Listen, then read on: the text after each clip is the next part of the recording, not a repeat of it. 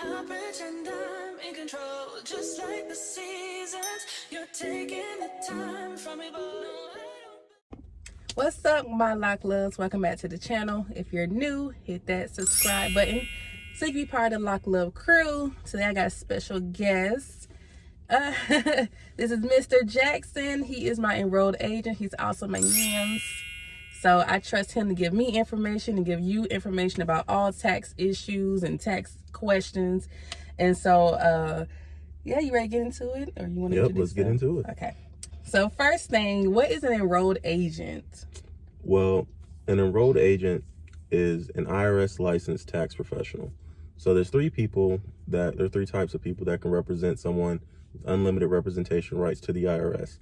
That's enrolled agents, CPAs, and tax attorneys.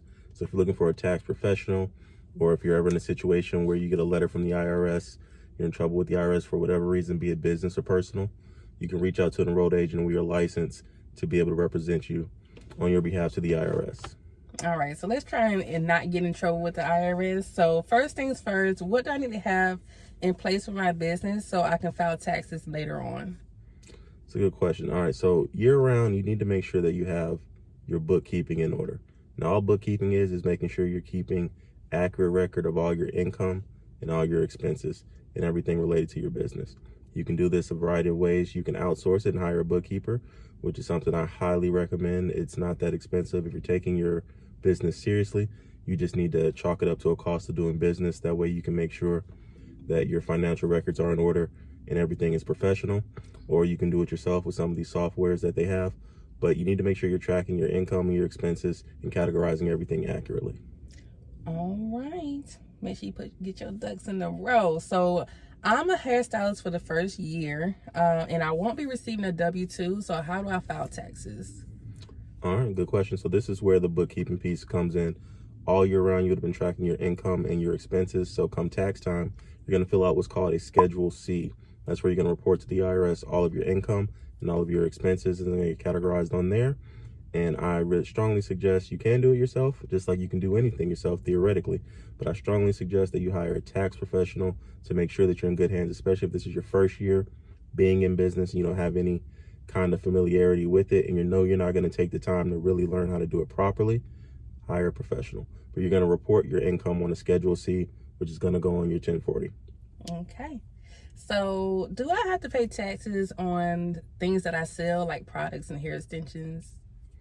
Yes, now sales tax is going to vary depending on where you are. If you're in Georgia, yes, you do have to pay sales tax. So wherever you live, you need to consult your state's local rules on that and how that works, because it works differently for everywhere. But yes, generally, rule of thumb, if you are selling something online, a product, then you are going to have to report sales tax on it. So you need to, again, get with an accountant if you don't trust yourself to do it properly. There's generally a sales tax ID that you have to get set up, and a number that you have to get set up. Depending on how much volume you do, you may have to report monthly or quarterly or even annually. But like right now, you're reporting monthly. But you need to make sure that you remit those earnings to the proper authority, so you do not get a letter from your Department of Revenue going after you just like the IRS would. Okay, so it sounds like the IRS is trying to take all my money. What are some ways, like write-offs, to limit how much money I have to give the IRS? And what are write-offs? So write-offs basically just are deductions that are going to limit your taxable income for your business. So anything that you do related to making money for your business can be written off, from the miles that you drive to go see a hair client, to the space that you use in your home as your salon area, as your work area, to anything that you buy for your business. Think about all the little things, business cards, if you have a special phone for your business, you have a website, all those things can be written off. And there's categories that go on the Schedule C that you can fill out for each of these allowable deductions. And again, that's why it's so important to track year round with accurate bookkeeping, so that come tax time, all you have to do is basically fill in all these areas and you know that it's accurate, so you can get all these deductions. What's up, y'all? If you are confused on how to do your own taxes, or if you're in trouble with the IRS, it is very simple to get in touch with Mr. Jackson of Jackson Tax Action. All you have to do is go to jacksontaxaction.com. You can scroll on down to his website and learn little things about the process. But most importantly, you can go to his contact section, go ahead and put your name in, and he will get in touch with you very quickly. So if you're scared, if you're in trouble, if you're confused, go ahead and sign up with Jackson Tax Action. Okay, so I really don't want to pay taxes. Like, can I take cash payments to not pay taxes? And how would they know if I do that? Now, a lot of people try to do this, especially in businesses where you are cash. You deal with a lot of cash. You make a lot of sales that way because it's in person. A lot of people do try to do this. Now, what's going to happen is some people, let's be honest, a lot of people do get away with it.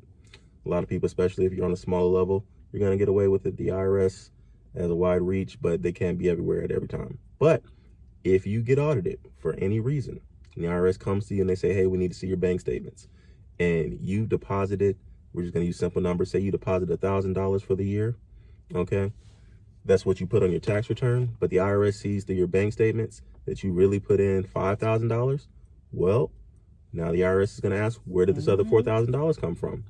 And you're going to have some very uncomfortable questions being asked. They're going to go through all your records with a fine-tooth comb. And trust me, we all like to think that we're, the smartest people that ever did it. It's not hard to get caught. And once you get caught, this is what's called tax evasion. Now you've opened yourself up to prison. So I would advise, all right, that you just report everything accurately. Just chalk it up to the cost of doing business. Don't try to evade your taxes. Now, if you're really worried about it, you can hire a tax professional. And you can do what's called tax planning. That has to take place before the year is over. You can't do anything at the end, but before. That way they can put things in place for you so that you can limit your taxes, okay? Which is perfectly legal. But to just try to outright evade them, most people, you will end up getting caught. And then once you get caught, that is a criminal activity and you can go to prison for it and be heavily fined. So I would not advise you do that. Okay. So, taxes are, first, they're super confusing, but they're also very scary. So what happens to people that don't file taxes? Well, and this happens again every single day. What's going to happen if you do not file your taxes? The IRS may not pick up on it year 1. They may not pick up on it year 2. They may not even pick up on it year 3 because, like I said, the IRS is busy. It's a lot of tax returns. It's a lot of people. But eventually, you're going to get a letter in the mail. That letter is going to say, hey, you're missing some tax returns.